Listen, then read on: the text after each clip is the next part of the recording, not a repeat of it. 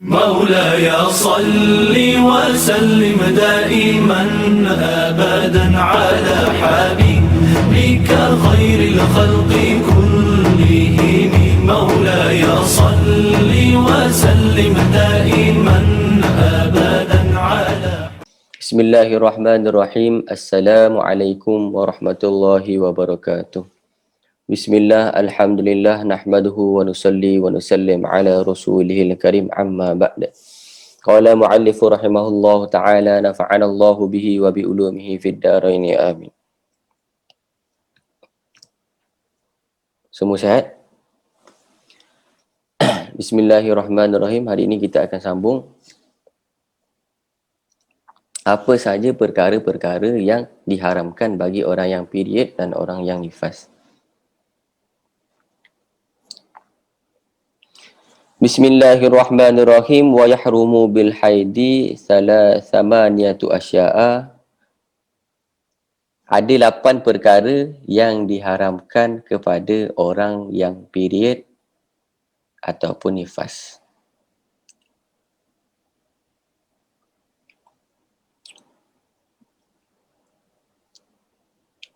Apakah 8 itu? Yang pertama, ahaduha, yang pertama adalah as-salatu, solat. Jadi solat adalah salah satu perkara daripada 8 perkara yang diharamkan kepada orang yang period ataupun orang yang nifas. Solat yang macam mana? Fardhan au naflan, baik solat itu adalah solat fardu ataupun solat sunat. Mutlak semua solat diharamkan kepada orang yang period ataupun orang yang nifas. So ketika seseorang wanita dia menjalani masa period ataupun masa nifas, maka diharamkan untuk ke atas diri dia untuk melakukan solat, baik solat fardu ataupun solat sunnah. Wa kaza sajdatut tilawati wa syukri, walaupun begitu juga sujud tilawah dan sujud syukur. Sujud tilawah dengan sujud syukur perlu kepada wuduk ke tak? Perlu tak? Perlu ke tak? Tak perlu. Ha? Tak perlu. Tak perlu Betul tak perlu? Tak perlu. Tetapi sama juga kerana juga diharamkan bagi orang yang haid period ataupun nifas tadi untuk tidak melakukan sujud tilawah ataupun sujud syukur.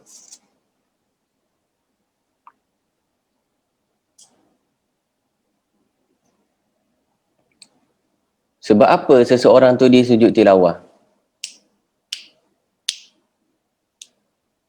Sebab apa sujud tilawah? Sujud tilawah sebab ada ayat-ayat Al-Quran yang lambang macam sujud tu. Faham kenapa dilarang untuk sujud? Sebab masa period boleh baca Quran? Tak boleh baca. Sebab tak boleh baca Quran, maka tak boleh juga sujud tilawah. Faham? Yang kedua, perkara yang dilarang yang diharamkan bagi orang yang period ataupun orang yang nifas, yang kedua adalah as-sawmu, puasa.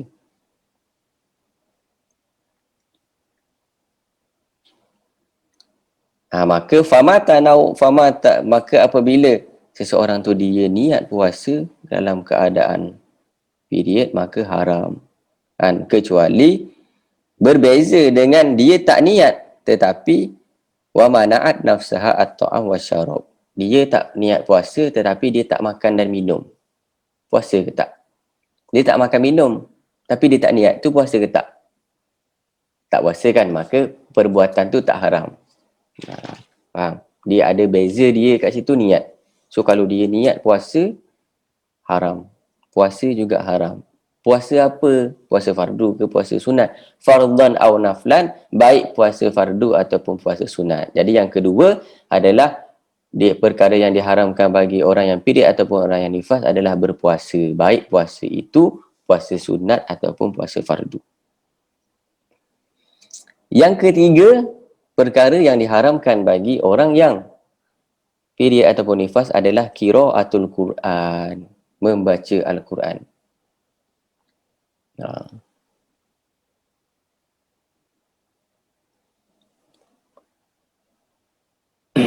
Berbeza dengan ayat Al-Quran yang dijadikan sebagai zikir, maka itu diperbolehkan.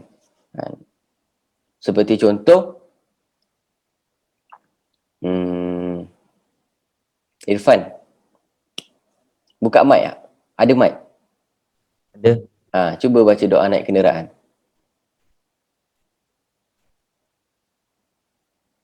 Tak ingat Ustaz. Allahu Akbar, naik kereta hari-hari tak ingat lah ya. Apa ke ni? Naik kereta. Tak senim okey lah, dia tak naik kereta. Tak apa lah, kita skip. Putri, macam doa naik kereta. Bismillahirrahmanirrahim. Alhamdulillahillazi sahara lana haza wa ma kunna lahu muqrimin wa inna ila rabbina lamunqalibun. Amin. Bismillahirrahmanirrahim. La haula wala quwwata illa billahil aliyyil azim.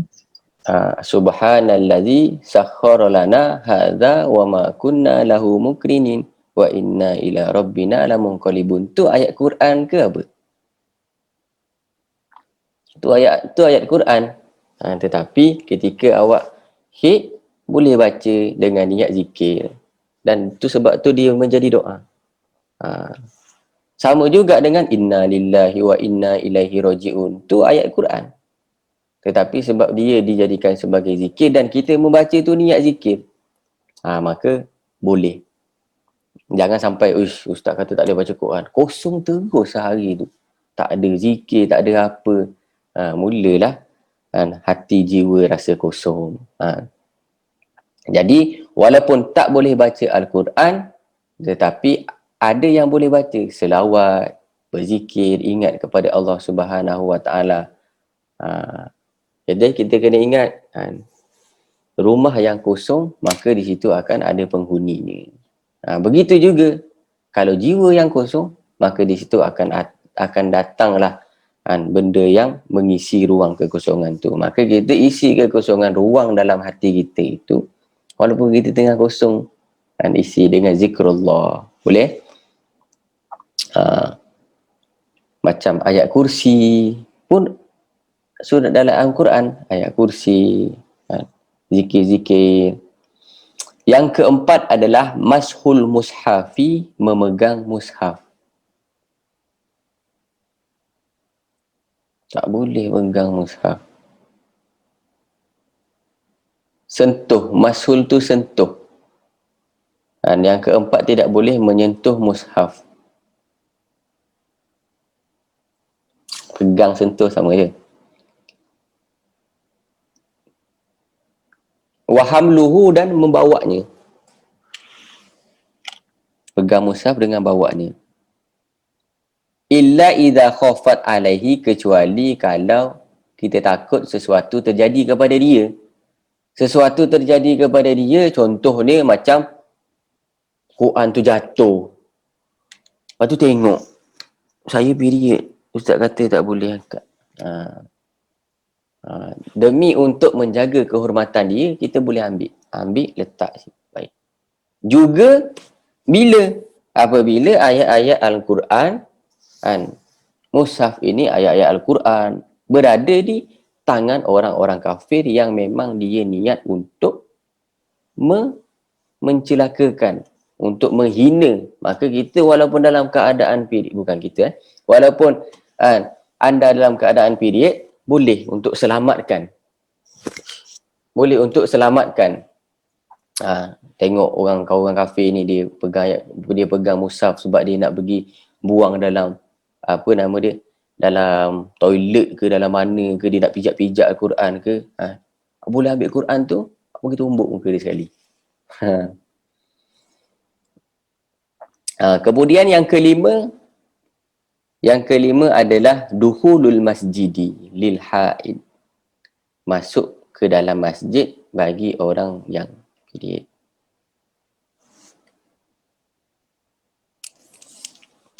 In khafat, tapi dengan catatan, wa in khafat talwithahu, kalau dia risau, dia khawatir, dia risau seandainya dia masuk, jadi mengkotorkan masjid tu. Faham? Mungkin takut tumpah darah dekat masjid ke. Tetapi kalau tak khawatir, masuk boleh. Faham? Tetapi makruh. Kalau khawatir, kalau dia khawatir, contoh dia takut tumpah ke, takut mengotori masjid, maka tu haram. Tetapi kalau dia tak khawatir, maka makruh.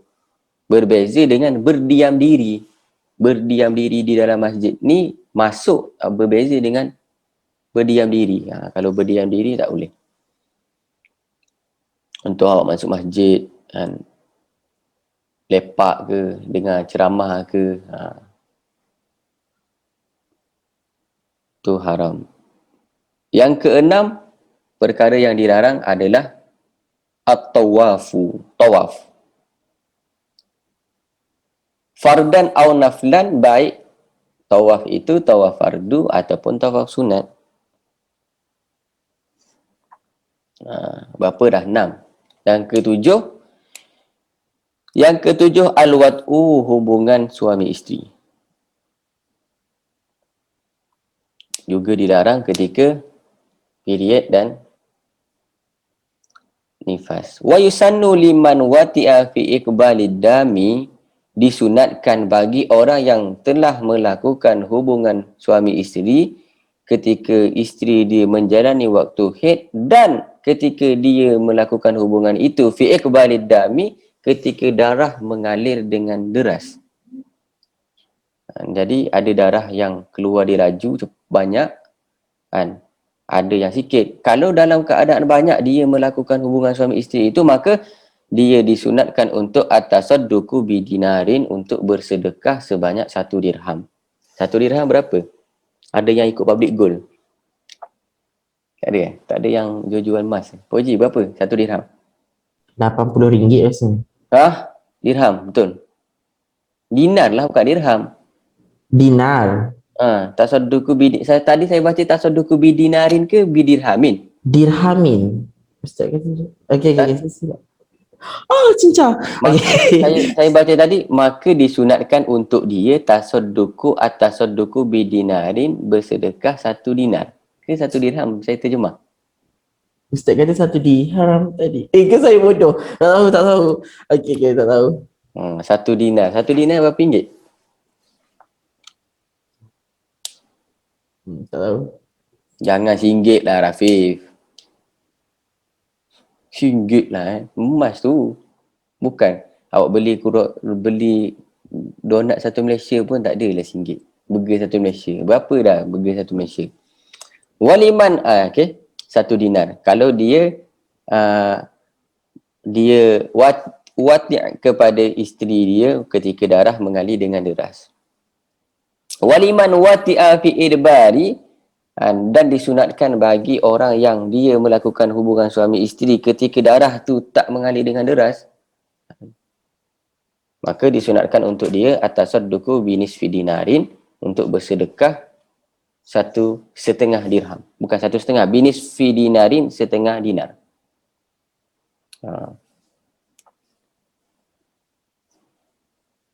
Faham.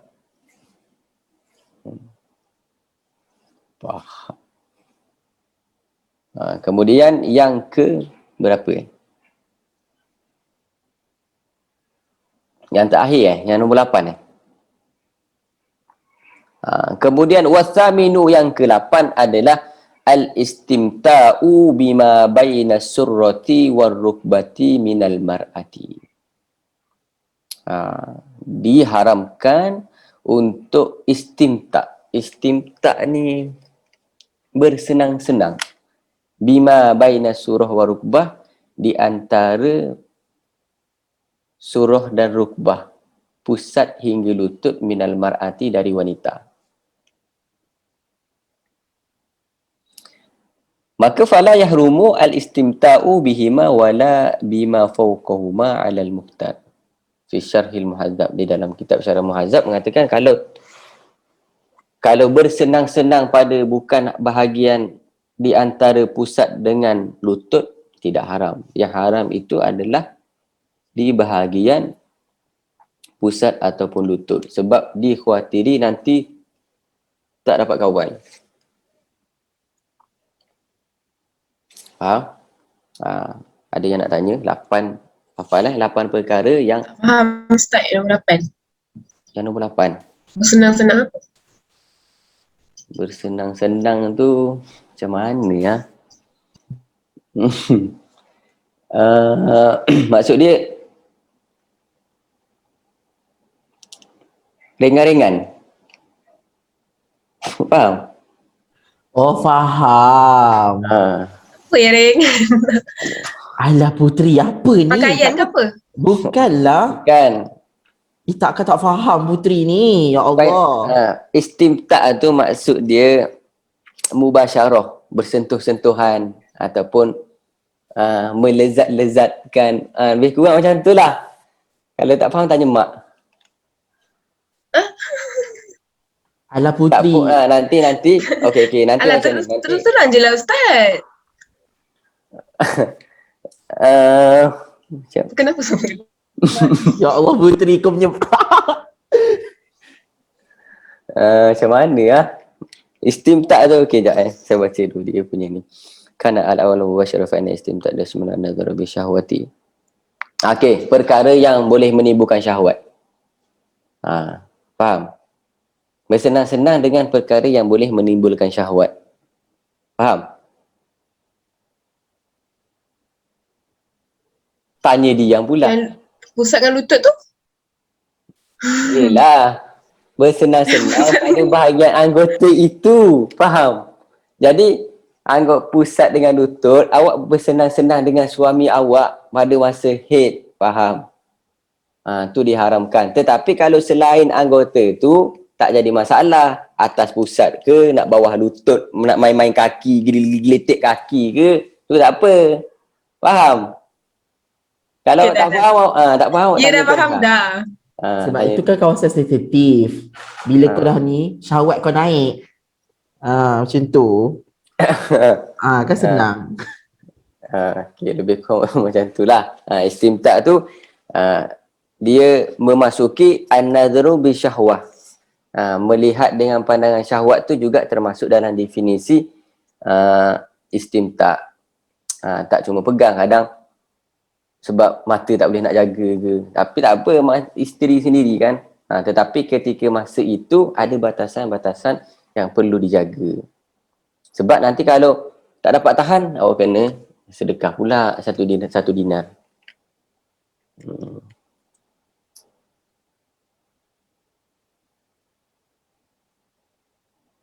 Faham? Kalau selain anggota tu, peha tu duduk dekat mana? Okey.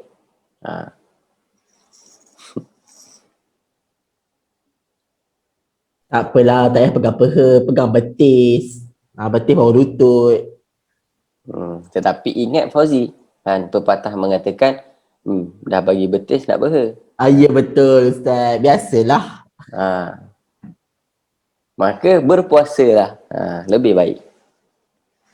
Tetapi kalau dekat sini syarah dia mengatakan kalau la yahrumu idza laisa huwa bi'adami min takbiliha fi famiha bi syahwati, walaupun melakukan ketika isteri tu sedang period kan, boleh saja tidak haram bagi suaminya untuk melakukan perkara yang menimbulkan syahwat seperti takbiliha fi famiha, mencium bibi isterinya, sebab dia bukan bahagian tu.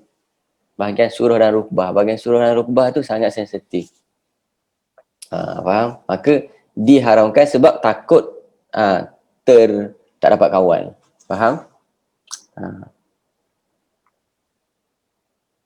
Dan biasanya pengalamannya dia akan ada efek kepada, contoh, dia akan ada efek lah kalau berhubungan ketika haid ni.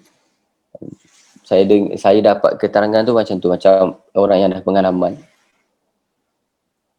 Perkara-perkara yang diharamkan oleh Allah Subhanahu Wa Taala dilakukan, biasanya Allah tegur. Kadang tu kena anak juling ke, Allah alam, na'udzubillah min zalik. Ada yang macam-macam lah, sebab Allah nak tegur. Jadi jangan kira benda tu awak boleh buat semua. Ada larangan-larangan yang Allah Subhanahu Wa Taala tetapkan. So, untuk apa? Memang itulah yang terbaik, kerana Allah Subhanahu Wa Taala yang ciptakan manusia. Allah tahu.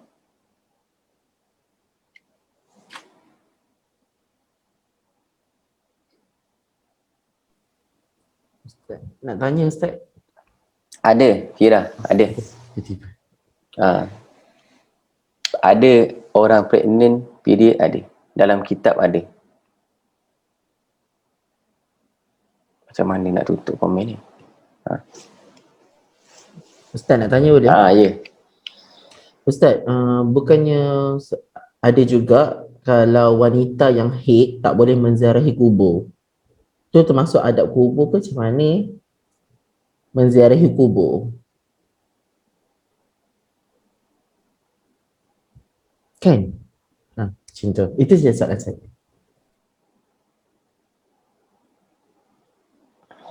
Dia punya ilat dia apa?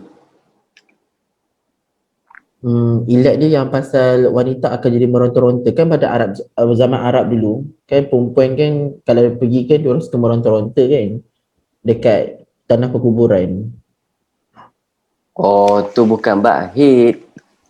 Tu bab wanita. Apa itu bab larangan tentang meronta-ronta kepada bab tentang meratapi mayat, meratapi jenazah. Tapi kan ada juga yang kalau wanita haid tu saya tanya tu, boleh je untuk dia orang pergi duduk tepi. Boleh je kan? Nanti saya cek balik lah. Sebab kat dalam kitab ni tak ada. Mungkin ada yang makruh ke, sebab tak habis lagi. Bab dia tak habis lagi. Esok sambung kepada yahrumu ala junubi, perkara yang diharamkan bagi orang yang junub. Satu soalan. Kalau wanita tu dia nak berkalwah dengan Ustaz tahu kan ni ayat Usuluddin kan, berkalwah dengan okey. So diorang boleh ke masuk dalam masjid ke, atau diorang berkalwah dekat rumah sahaja? Dia nak berkhalwat dengan siapa? Allah Subhanahu kan ayat Usuluddin apa nama? Dia yang terbaik, solat yang terbaik bagi wanita adalah di dalam rumahnya sendiri. Kalau dalam rumah tu ada bilik, dalam bilik. Dalam rumah yang ada bilik, yang dalam bilik itu ada ruangan. Faham? Tu yang terbaik untuk dia. Bukan dekat masjid, perempuan bukan dekat masjid. Perempuan yang terbaik ibadah dia tu dalam rumah dia, dalam bilik, yang dalam bilik tu ada ruangan. Memang khusus untuk dia berkhalwat kepada Allah Subhanahu Wa Taala. Contoh, tengok siapa? Ibu kepada Nabi Isa. Dia duduk mana? Nampak? Tu cara yang terbaik. Okey, terima kasih. Nombor 4 tu tak boleh pegang Al-Quran masa tak sucikan, tapi kalau Al-Quran tafsir boleh ke? Berbeza dengan Al-Quran tafsir. Al-Quran tafsir kita kena tengok yang mana lebih banyak perkataan dia. Kalau lebih banyak tafsir, boleh. Kalau lebih banyak Quran, tetap tak boleh. Kalau sama-sama banyak? Kalau sama-sama banyak, tak boleh. Sebab dia lebih mulia ayat Al-Quran tu. Sama macam tarawih lah Ustaz. Ya kira. Sebaik-baiknya, faham? Bukan tak boleh, boleh. Tetapi kena tahu. Apakah mengundang fitnah ke tak. Sebab tu, kalau tengok nanti kalau masuk dalam bab solat Id, dalam bab solat Id tu ada keterangan yang panjang lebar tentang macam mana perempuan nak pergi masjid. Siapakah dia yang boleh pergi, macam mana cara dia pergi. Ni pergi pakai baju raya, minyak wangi seliter, sekilo dah bau. Macam tu, faham? Nanti Tapi bukanlah tak boleh. Boleh seandainya terhindar daripada fitnah. Maksudnya fitnah ni dia tak jadi ujian lah. Tak wujudnya fitnah sebab dia datang kepada majlis tu.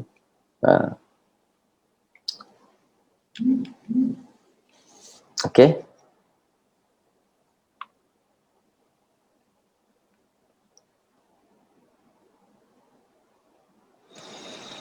مولاي صل وسلم دائما أبدا على حبيبك خير الخلق كلهم هو الحبيب الذي ترجى شفاعته في كل حول من الأحوال مقتهم يا ربي بالمصطفى بلغ مقاصدنا اغفر لنا ما مضى يا واسع الكرم يا أرحم الراحمين يا أرحم الراحمين يا أرحم الراحمين فرج على المسلمين. بسم الله الرحمن الرحيم يا ربنا اعترفنا بأننا اقترفنا وأننا أسرفنا على لظى أسرفنا فتب علينا توبة تغسل كل توبة واستر لنا الأورات وآمن الروعات يا ربنا اعترفنا بأننا اقترفنا وآننا أسرفنا على لظى أسرفنا واغفر لوالدينا ربي ومولودينا والآل والإخوان وسائر الخلال يا ربنا اعترفنا بأننا اقترفنا وآننا أسرفنا على لظى أسرفنا فضلا وجودا منا لا باكتساب منا بالمصطفى الرسول نحظى بكل سول. وبالله التوفيق والهداية. Assalamualaikum warahmatullahi wabarakatuh.